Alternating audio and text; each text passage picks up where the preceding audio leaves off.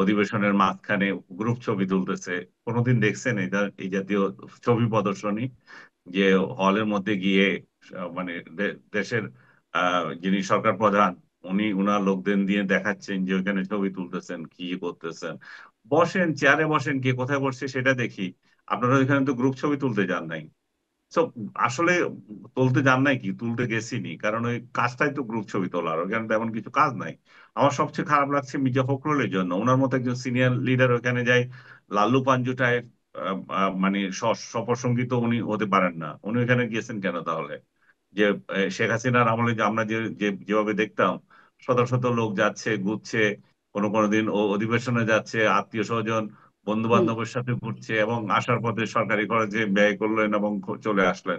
তো জি। ডক্টর ইউনূসের এই সফরে যদি রাজনৈতিক দলগুলো ও যদি সেভাবে ব্যবহার করে, তাহলে তাদের সততা নিয়ে তো প্রশ্ন আসবে, তাদের ইন্টিগ্রিটি নিয়ে প্রশ্ন আসবে। আপনারা কেন এখানে যাবেন রাষ্ট্রের টাকা খরচ করে এই ধরনের আহ, প্রমোদ ভবনে? আপনাদের তো এখানে দরকার নাই, আপনাদের এখানে দরকার ছিল না।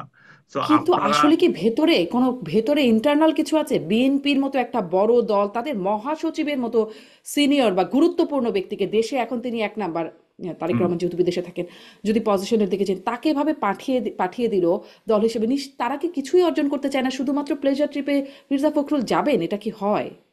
প্লেজার ট্রিপে তো হয়ে গেল, ওনাকে তো অধিবেশনে তো কোথাও আপনি দেখেছেন? উনি তো দর্শক সারিতে আছেন কিনা সেও তো জানি না আমি। দর্শক সারিতে দেখা যাচ্ছে না। এখন ইন্টারন্যাশনাল লিডার দুই চারজনের সাথে ওনার ইয়ে হলো, সেটা তো ওনার জন্য নির্ধারিত হয় নাই। ডক্টর ইউনূসের সাথে মনে করেন কারো সাইড মিটিং হলো, সেখানে উনি থাকলেন, এই জাতীয় কিছু একটা। এটা তো এটা কমপ্লিটলি এটা প্লেজার ট্রিপ উনার। এটা তো উনি বিএনপির মহাসচিব হিসাবে সেখানে গেছেন, এমন কিছু দেখছি না আমরা। সে মর্যাদা ওনাকে দেওয়া হয়নি ওখানে, সে মর্যাদা হুম। উনি পাচ্ছেন না। আর বাকি দুইজনের কথা আমি বললামই না। উনি যেহেতু একটা সিনিয়র পার্সন এবং হুম। ওনার যেহেতু মর্যাদা আছে, সেই জন্য বলছি অন্যের কথা। আর ডিম মারামারির এই যে যে বিষয়টা শুরুতে বলছিলেন, যে এগুলো তো এই কালচার নতুন কিছু না, এগুলো আগেও ছিল, এখানেও ছিল।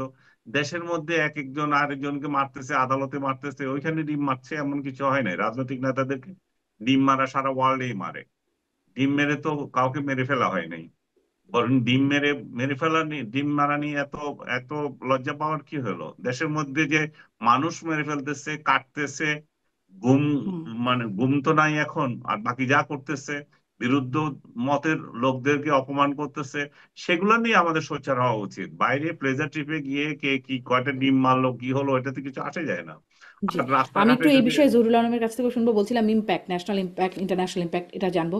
একটা শুধু আপনি যেটি বলছিলেন জনাব আনিস আলমগীর, সেটুকু একটু যদি আপনি বলে দেন, যে এই যে যে আলোচনাটা আছে, আপনিও উল্লেখ করছিলেন যে তাদেরকে সেফ, রাজনৈতিক দলের নেতাদেরকে সেফগার্ড হিসেবে নিয়ে যাওয়া হয়েছে, যেন এই বিষয়গুলো তাদের উপর দিয়ে যায়, ডক্টর ইউনূসের উপরে না আসে হেনস্থা এই বিষয়গুলো।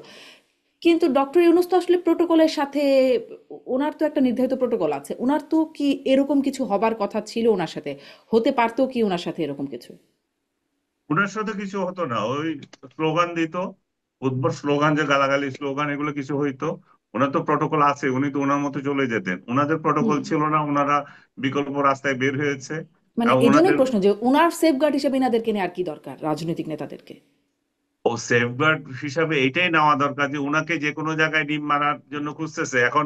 উনি দেখাচ্ছে যে ইন্টারন্যাশনালি দেখানোর চেষ্টা করছেন যে আমরা দেখো ঐক্যবদ্ধ, আমি বিরোধী দলকে নিয়ে ইয়েতে আছি, আহ জাতিসংঘ অধিবেশনে আছি, আমরা ইনক্লুসিভ সোসাইটিতে আছি।